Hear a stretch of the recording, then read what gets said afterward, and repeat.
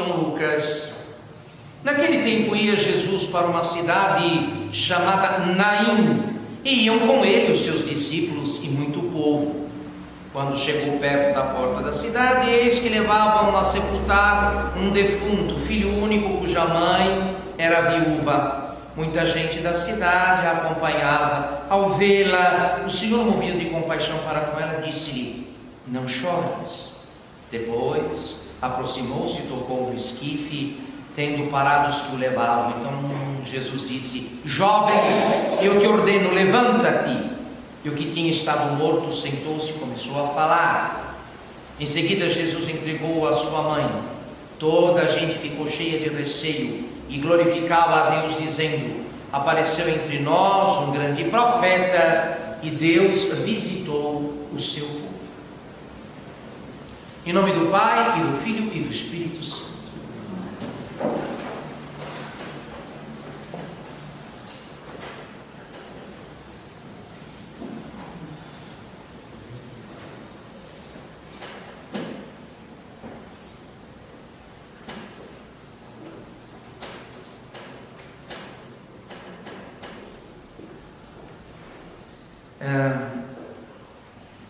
Os senhores que meditam os santos evangelhos sabem que há 3 relatos, 3 ressurreições produzidas por Jesus, feitas por nosso Senhor Jesus Cristo.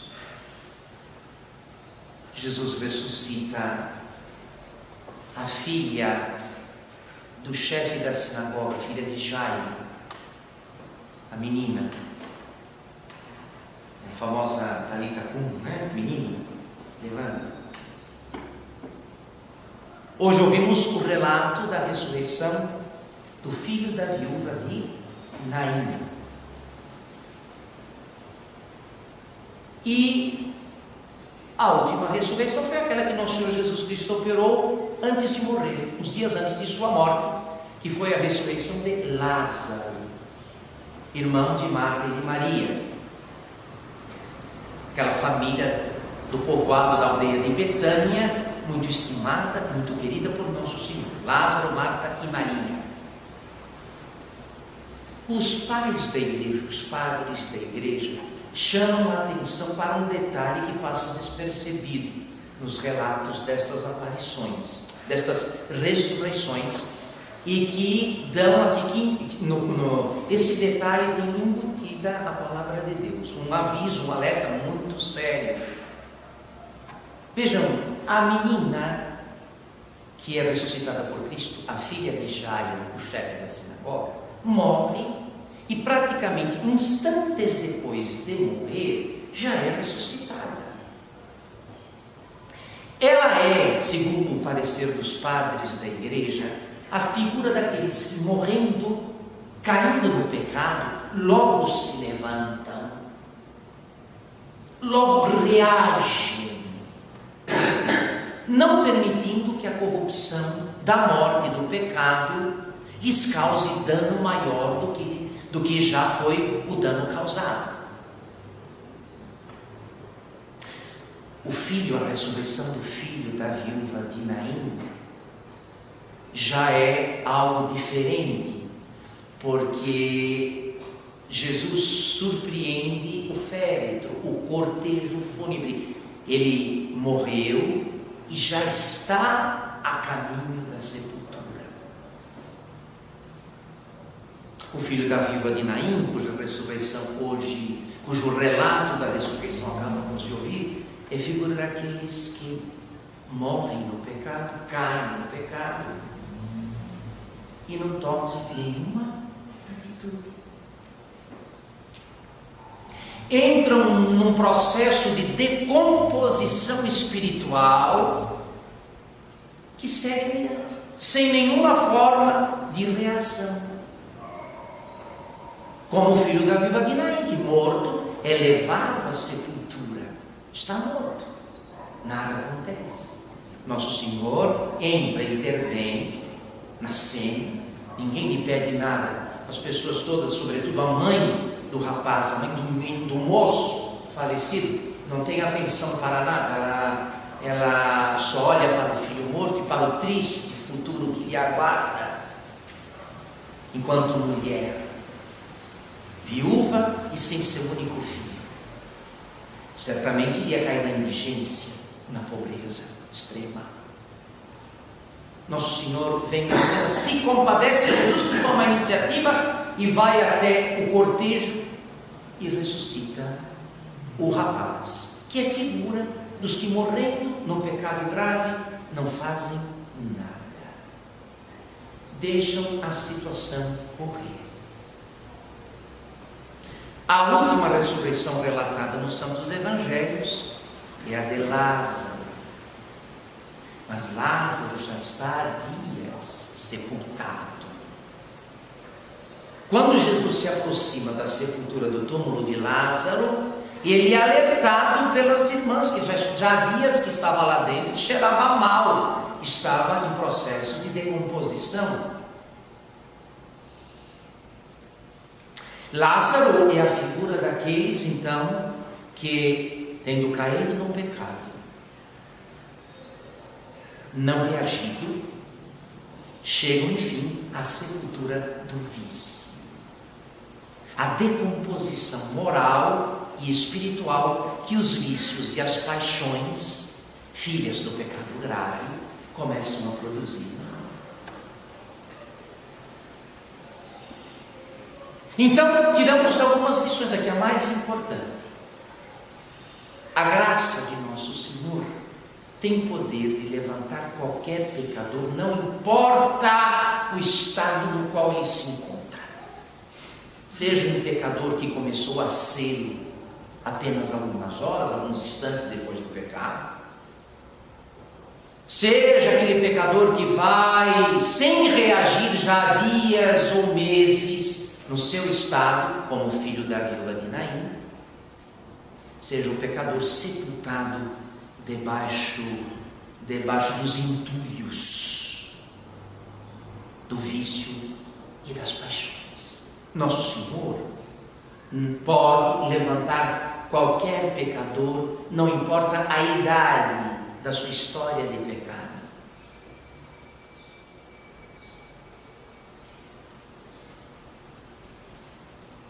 Mas há uma outra lição que chama a atenção para esta ingenuidade, a nossa incapacidade de olhar as coisas como Deus as olha. Por quê? Porque nós caímos numa falta grave qualquer e nem todos os pecados produzem consequências de modo instantâneo e imediato.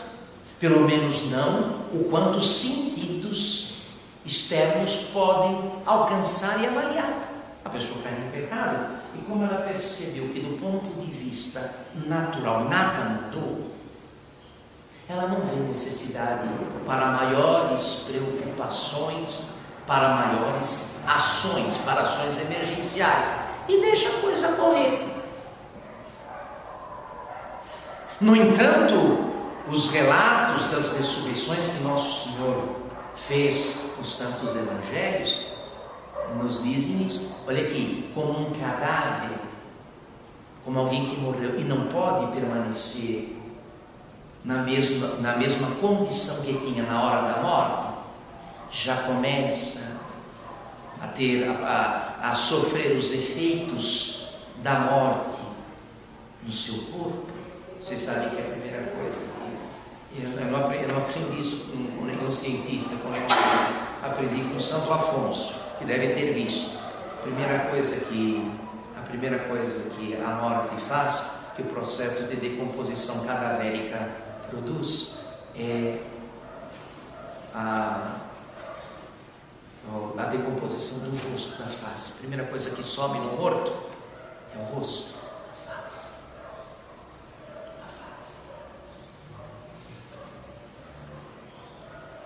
Então nós somos alertados, filhos, para chamar a atenção.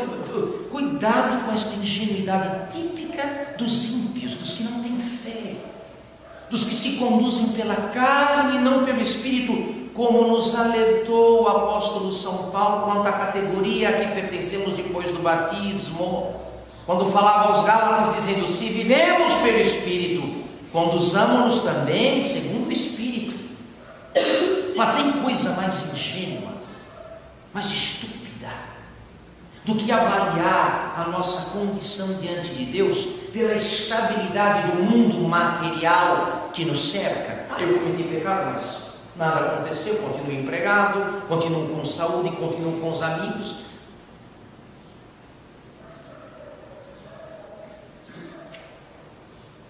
Não há coisa mais perigosa do que avaliar a nossa situação depois do pecado pela estabilidade do mundo em torno.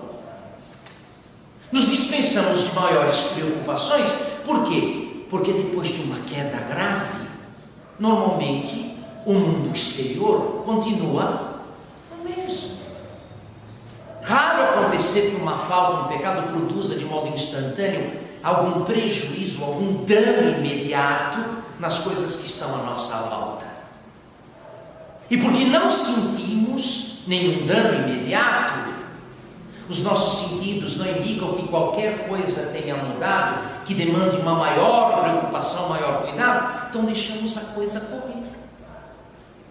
Não somos propriamente como a menina, a filha de Jairo, que caindo, que morrendo, já é ressuscitada. Talvez o seu corpo ainda estivesse aquecido, não estivesse com rigor, nem com frio, nem com rigor cadavérico.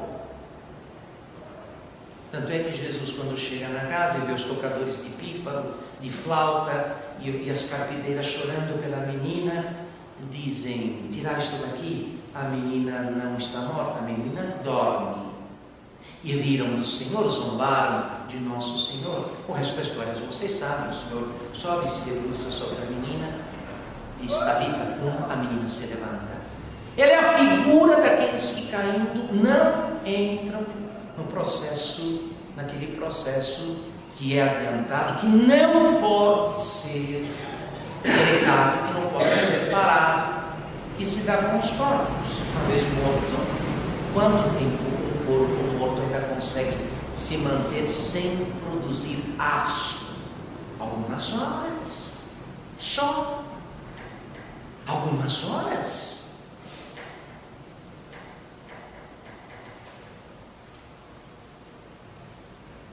Depois deve ser passado aquele tempo previsto, inclusive por lei, é preciso sepultar. E uma vez sepultado, não resta outra alternativa ao cadáver, a não ser se decompor e virar pasto de vermes. Pasto de vermes.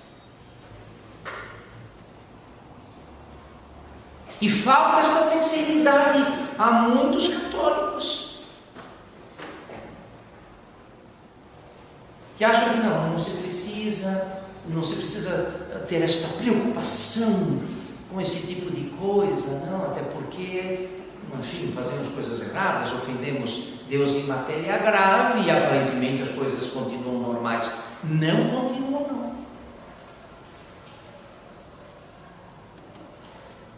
São Filipe Neri e o Santo Padre Pio de Pietrelcina tinham esta sensibilidade e sentiam este fedor das almas, daqueles que se aproximavam deles nestes estados descritos por mim.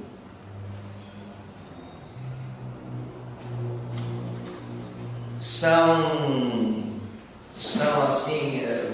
famosos relatos daqueles gritos que o Padre Pio dava com um ou com o outro quando chegavam para o confessionário dele. Com este odor, o padre tinha capacidade de sentir um mau cheiro de apodrecimento da alma e gritava: sai daqui, sai, você fede a pecado.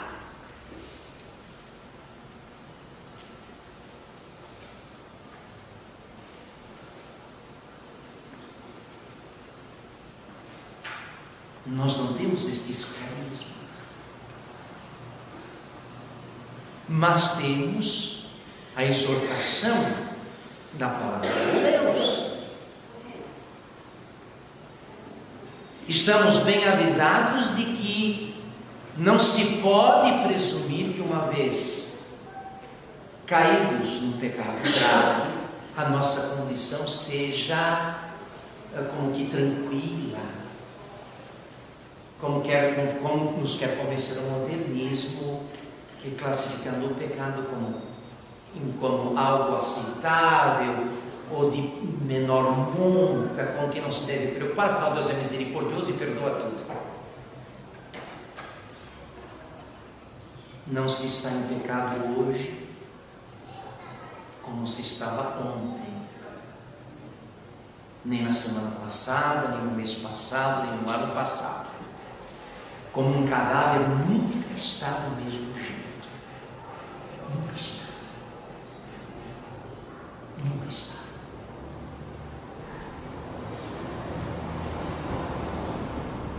E isso deve chamar a nossa atenção, porque nós vivemos num mundo que usa o conceito de pecado para tornar os seus produtos mais atraentes, que apela ao pecado para atiçar, para ativar, para excitar a cobiça, a cupidez, o desejo das coisas que podem ser compradas e vendidas. O pecado agora é uma ferramenta publicitária de marketing. Quem quiser ter sucesso com relação aos seus produtos é só associá-los ao pecado. Vai ganhar muito dinheiro. Vai ganhar muito dinheiro.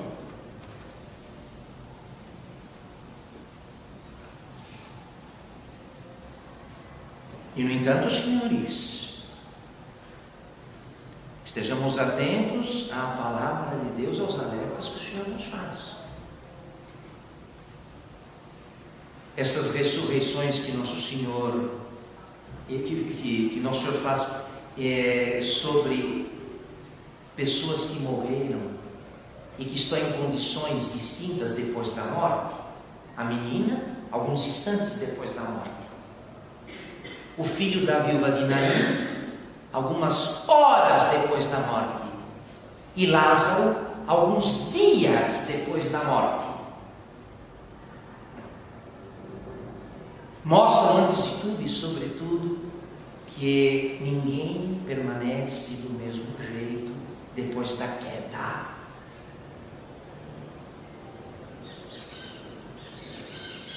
Nós não temos instrumentos para avaliar esse processo.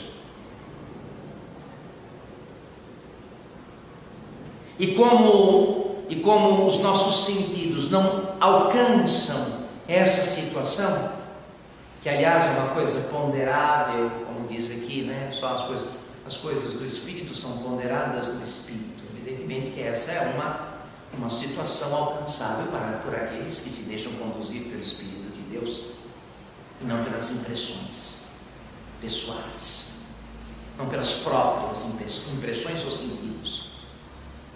Às vezes, então, a nossa tendência é a de minimizar aquilo que é grave.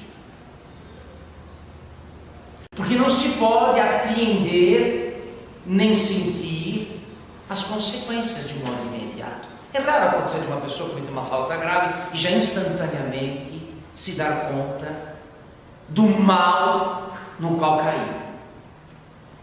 No mundo, aparentemente, nada muda.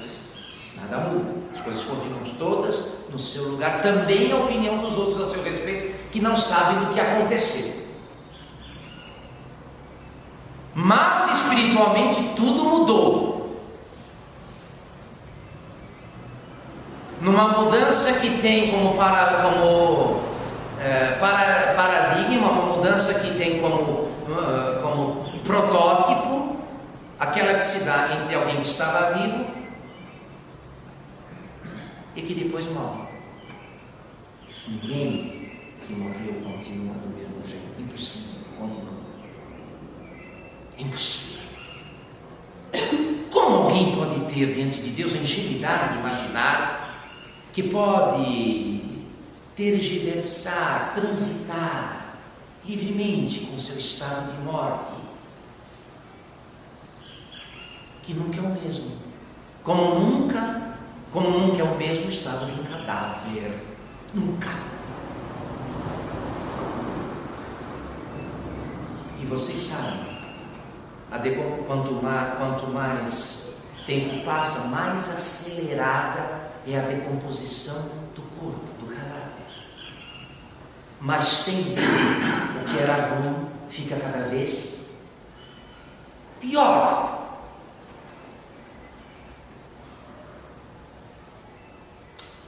Temos tanto mais necessidade desses avisos, dessas exortações, de modo particular porque, como foi adulterada e fraudada a noção do pecado, vivemos num mundo, como eu já falei, que tem no pecado um aliado, quiçá uma fonte de lucro e de lustro para seus produtos e suas coisas. Estejamos bastante atentos, senhores. Estejamos bastante atentos, porque essa é a nossa tendência. Depois da queda do primitivo pai, depois da queda de Adão, a nossa tendência será sempre essa, porque não vemos, né? Porque não vemos, a nossa situação não é muito diferente daquela assim. Não escaparia daquela censura que Jesus faz às pessoas que ele chamava de sepulcros caiados.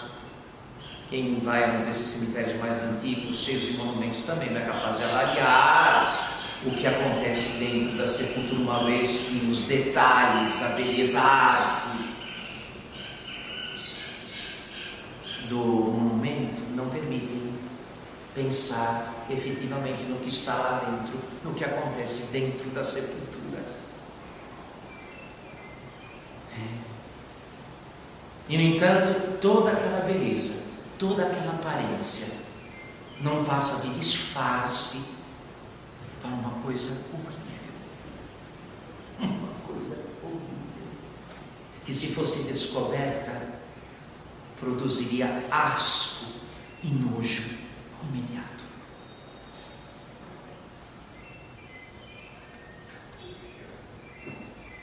Tenhamos em conta estas exortações simples, porque isso vai nos ajudar bastante a não brincar com algo tão perigoso.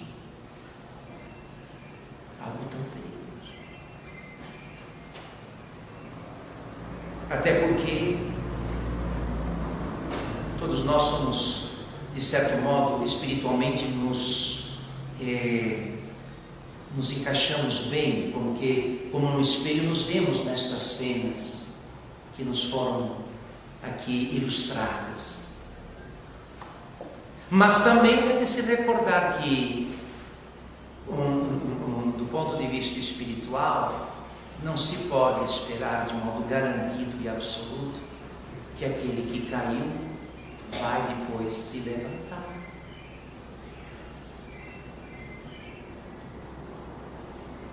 Esta coisa que inclusive está ainda nos manuais sérios de oração, estas seletas de oração, onde vocês encontram exames de consciência, e lá vocês encontram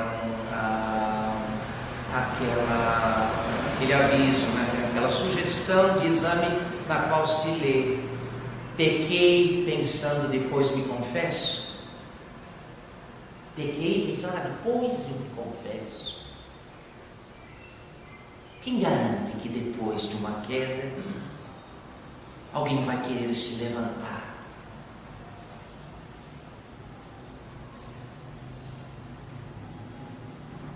Uma vez que morrendo, parafraseando Santa Teresa de Jesus, uma vez que morrendo gostamos da morte, porque ela é morte, mas é cheia de prazeres. É morte, é decomposição, é ruína, é apodrecimento, mas é cheia de prazeres. Quem garante que, brincando com uma coisa assim, alguém depois vai efetivamente querer se levantar? Isso é um delírio, é um disparate. Eu sou sacerdote há vários anos e eu digo a vocês, da minha experiência pastoral, eu conheci muita gente que caiu e se levantou. Se levantou no começo, se levantou no meio, se levantou no fim, mas se levantou. Eu conheci gente que caiu no começo e nunca mais quis se levantar. Nunca mais quis.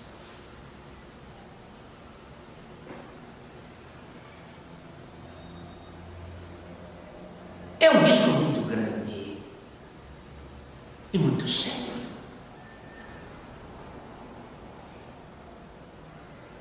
Porque isso tudo que eu disse é morte e é ruína. Porém, cercado de prazeres, esta morte está cercada de prazeres sensíveis. E vocês sabem, né, que nós somos gente que não apenas gosta de morrer, mas vive correndo atrás da morte. Nós não apenas gostamos muito de morrer, como vivemos correndo atrás da morte. E que obrigação Deus tem de levantar a gente assim, por um lado, e por outro, quem umas vezes tendo encontrado seus deleites e suas satisfações na morte, vai querer sair dela.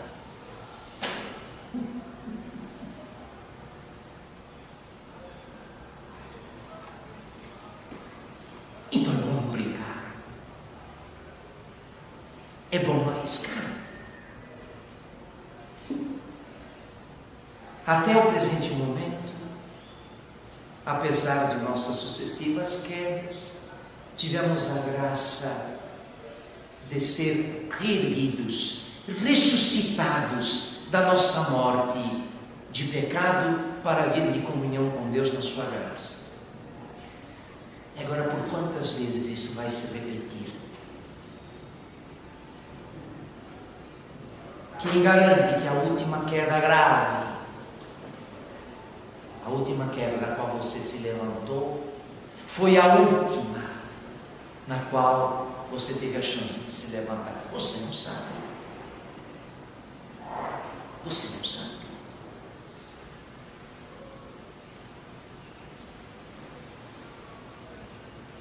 E essas pretensões, essas presunções de não, depois eu resolvo isso, depois me confesso. E agravado por esse discurso irresponsável de uma misericórdia cega da parte de Deus que não existe. Uma vez que, como disse Santo Afonso, Deus tem misericórdia de quem se arrepende de seus pecados, não de quem apela para a misericórdia para continuar pecando. É bom, portanto, tomarmos as devidas cautelas e precauções. Até agora, temos contado com a paciência e a bondade de Deus quanto às nossas sucessivas quedas. Mas, senhores, pode haver também como há uma última vez para todas as coisas, aqui no mundo, há uma última vez. Para todas as coisas na face da terra, há uma vez que é chamada de última. E ninguém de nós sabe se a última queda pela qual passou, se esta queda pela qual passou há tempos atrás foi a última. Se houver uma seguinte, dali não vai haver levantamento espiritual nenhum, reerguimento nenhum.